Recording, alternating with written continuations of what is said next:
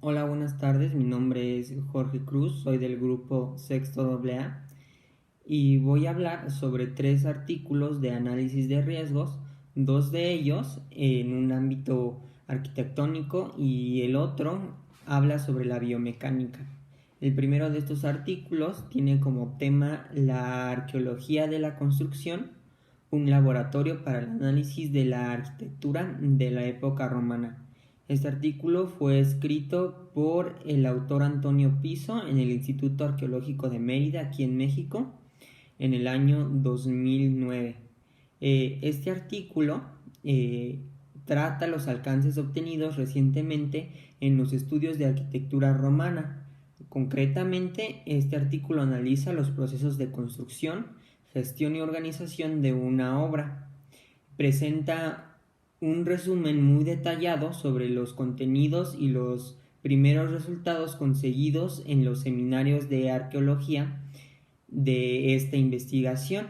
Entre los principales aspectos tratados se documentan los elementos materiales relativos al proyecto arquitectónico, a las distintas etapas de la construcción. Estas incluyen técnicas constructivas y soluciones tecnológicas empleadas.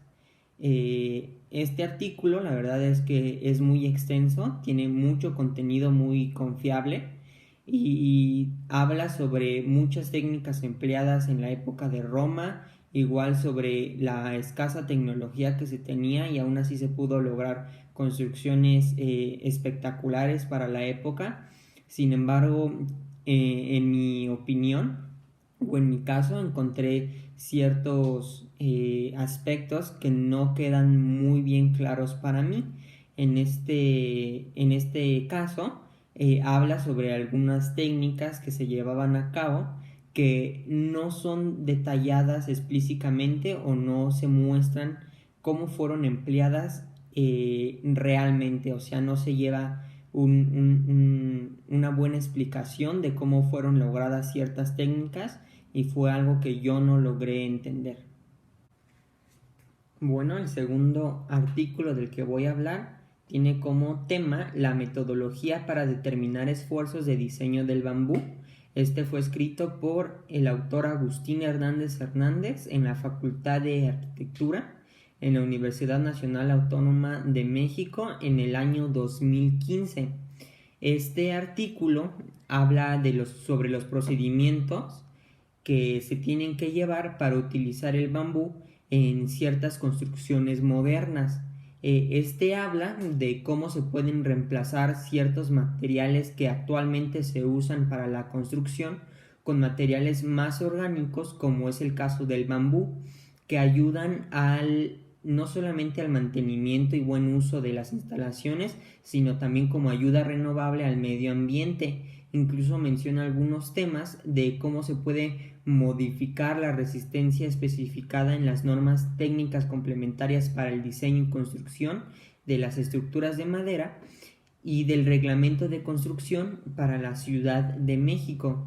En sí, este artículo se basa sobre las construcciones que existen hoy en la Ciudad de México, que se pueden modernizar y se pueden hacer ecológicas utilizando materiales como el bambú, y en todo el artículo se mencionan cómo se puede utilizar, qué técnicas son necesarias y el mantenimiento que éste necesita.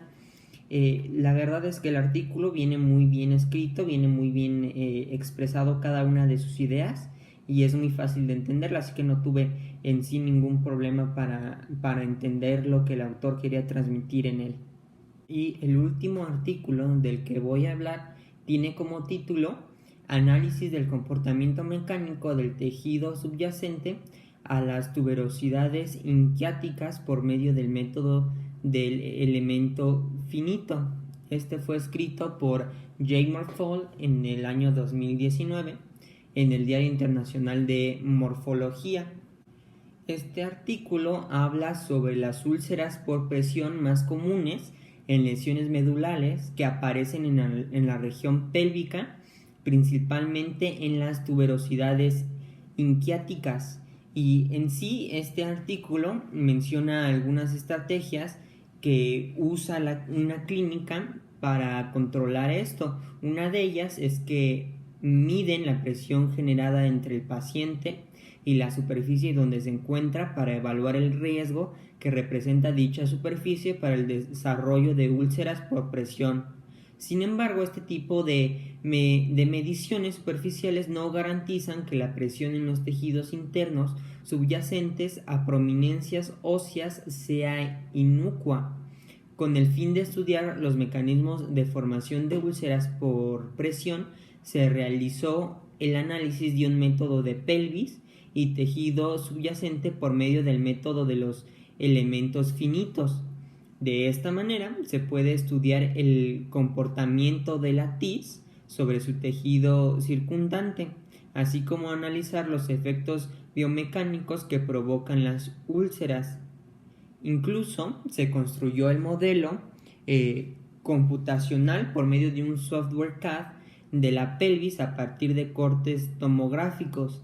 El modelo fue exportado al software COMSOL y se analizaron 6 casos de estudio.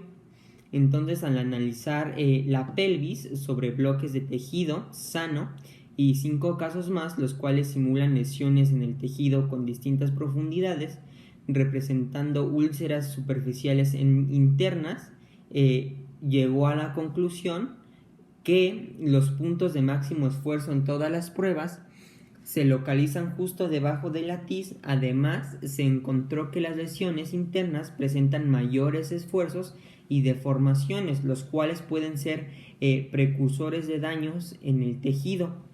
Entonces, este artículo en sí, como lo mencioné al principio del video, habla sobre la biomecánica y ciertos tratamientos que se han hecho para controlar ciertas enfermedades que provocan daños en úlceras o sí, daños que hacen las úlceras.